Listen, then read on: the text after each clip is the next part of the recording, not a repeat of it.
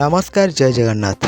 बुधवार और गुरुवार निया बर्षिब संतुली हेब पश्चिम ओडिशावासी। आसंता बुधवार और गुरुवार ओडिशा निया बर्षिब तापमात्रा 45 डिग्री छुई पारे। एही राति संतुली हेबे पश्चिम ओडिशावासी। एथिरु बर्ती पारिबेनी राजधानी भुवनेश्वर। एठारे मध्य तापमात्रा 40 डिग्री अतिक्रम करिपारे। सेथिपई सतर्क सूचना जारी करिछि भुवनेश्वर आंचलिक पाणीपाग केन्द्र।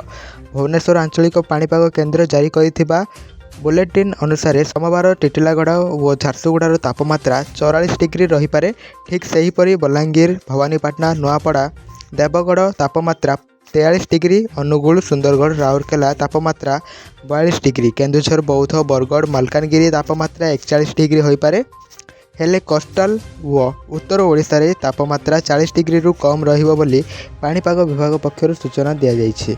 मंगलवार बलांगीर, सोनपुर, झारसुगुड़ा, सुंदरगढ़, टिटिलागढ़, संबलपुर तापमात्रा 45 डिग्री रही पारे। ठीक सेहीपरि भवानीपाटना और नुआपड़ार तापमात्रा 44 डिग्री, अनुगुल, राउरकेला, बौद्धरे 43 डिग्री, मालकानगिरी और केन्दुझर रे 42 डिग्री, नयगढ़ रे 41 डिग्री, देवगढ़ और ढेंकानाल, खोर्धा, पारଳାଖେମୁଣ୍ଡି, चांदवाली, बारिपदारे 40 डिग्री, कटक, राजधानी भुवनेश्वर, फुलवाणी, भद्रक, कोरापुट रे तापमात्रा 39 डिग्री रही पारे।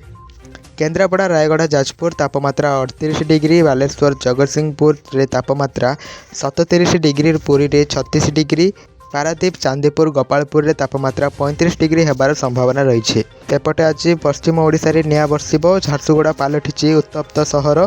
एठारे तापमात्रा 43.3 डिग्री रेकर्ड करा जायछि।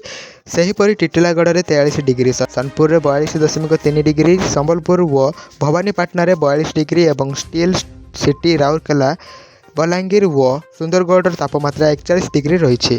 बौद्धरे 40.9 डिग्री, तालचेर व फुलवाणीर तापमात्रा 41.5 डिग्री रेकर्ड करा जायछि। तो यह थिला आज दिन लाटेस्ट अपडेट। प्रत्येक दिन ये लाटेस्ट ब्रेकिंग न्यूज देखिए आम चैनल को एवं सब्सक्राइब करी पाखरे आसुवा बेल आइकन को दबाई ऑल उपरे क्लिक कर रखंतु। Bureau report, JTV Odisha.